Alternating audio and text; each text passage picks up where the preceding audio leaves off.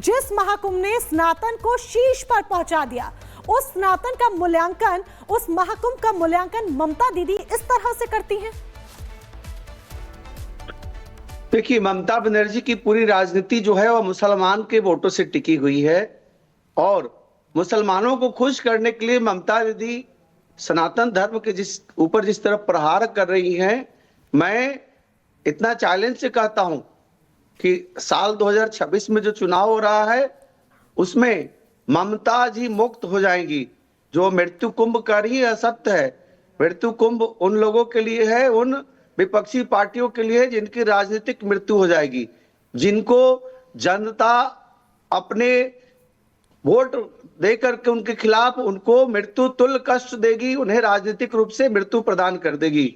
ममता बनर्जी जो बनर्जी लिखती हैं, ब्राह्मण परिवार से आती हैं और जिस प्रकार से सनातन धर्म का बार बार अपमान कर रही है, कभी प्रभु श्री राम का, कभी मां गंगा मैया का, कभी महाकुंभ का, यह निश्चित तौर पर सिद्ध करता है कि नाम सिर्फ उनका ममता बनर्जी है, उनका काम जो है वह मुस्लिम तुष्टीकरण की राजनीति के लिए है, जो बिल्कुल ठीक नहीं है। सनातन धर्म के लोग निश्चित तौर पर पश्चिम बंगाल से ममता मुक्त करके, इस पश्चिम बंगाल को ममता मुक्ति करके पश्चिम बंगाल को पवित्र करेंगे। और वहीं पर गंगा सागर भी है। गंगा सागर कहा गया है कि सभी तीर्थ बार बार और गंगा सागर एक बार, और यही महाकुंभ का जो जल है गंगा सागर में मिलता है।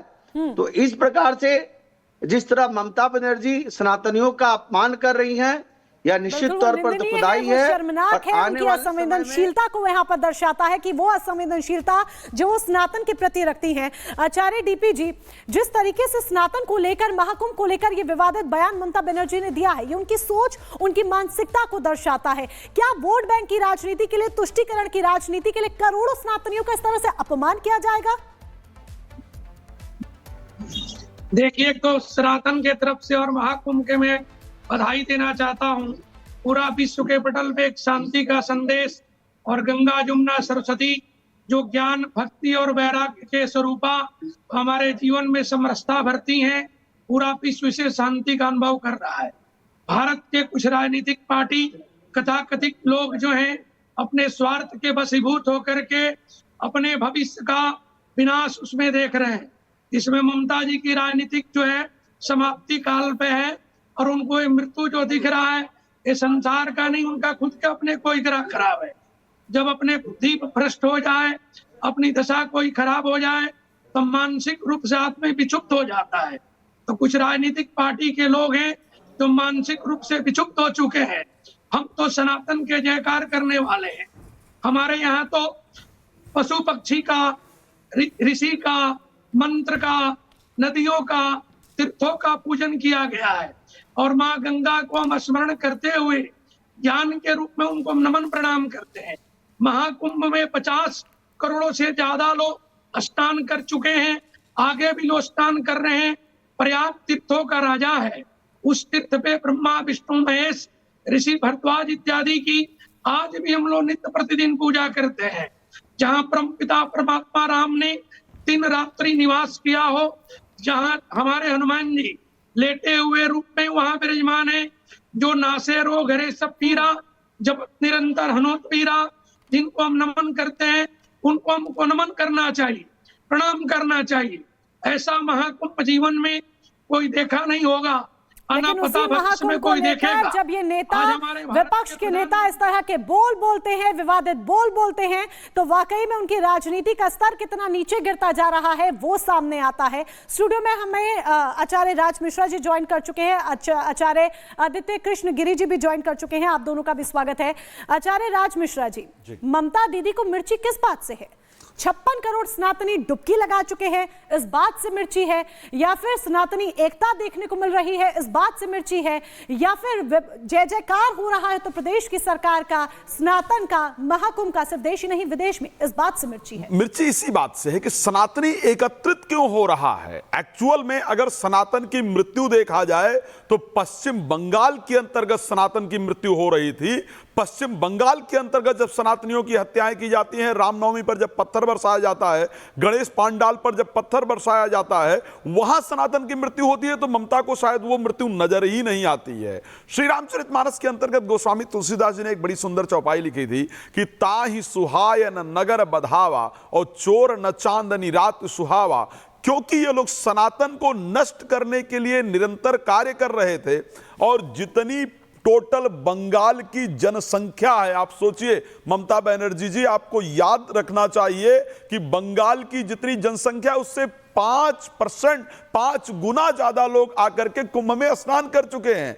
आपके बंगाल की अगर जनसंख्या को उठा करके देखा जाए तो आपके शहर के अंतर्गत, अगर आपकी सरकार में देखा जाए तो आपकी सरकार के अंतर्गत करीब करीब 2011 से 2020 के बीच में 114 राजनीतिक हत्याएं हुई हैं। 114 राजनीतिक हत्याएं हुई, लेकिन वो आपको नजर नहीं आ रहा है।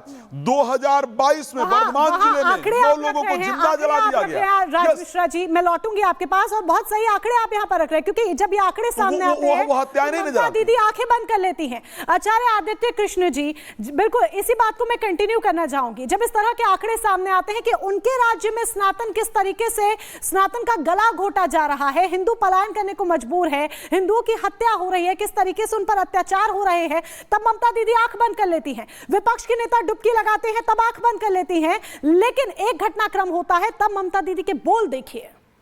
देखिए, ऐसा है, प्रयागराज में तो निश्चित रूप से अमृत कुंभ ही है, लेकिन अगर कहीं पर मृत्यु कुंभ है तो वो सिर्फ पश्चिम बंगाल के अंदर लगा हुआ है।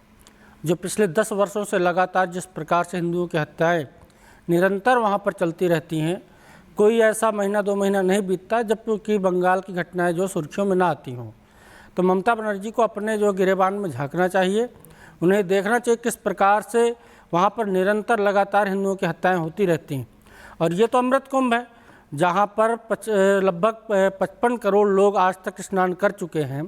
ये कितना बड़ा संगम है, कितना विशाल जो मेला लगा हुआ है, तो ये सनातन धर्म के लिए बहुत अच्छी बात है। और आज सनातनी जातिवाद और सारी चीज़ों को त्याग करके उनके अंदर किसी प्रकार का भेदभाव नहीं है, उससे केवल एक सनातनी की पहचान लेकर के कुंभ में जा रहे हैं और तमाम प्रकार के कष्टों को भी सह रहे हैं। जितने भी श्रद्धालु हैं उनको किसी प्रकार की कोई दिक्कत नहीं है।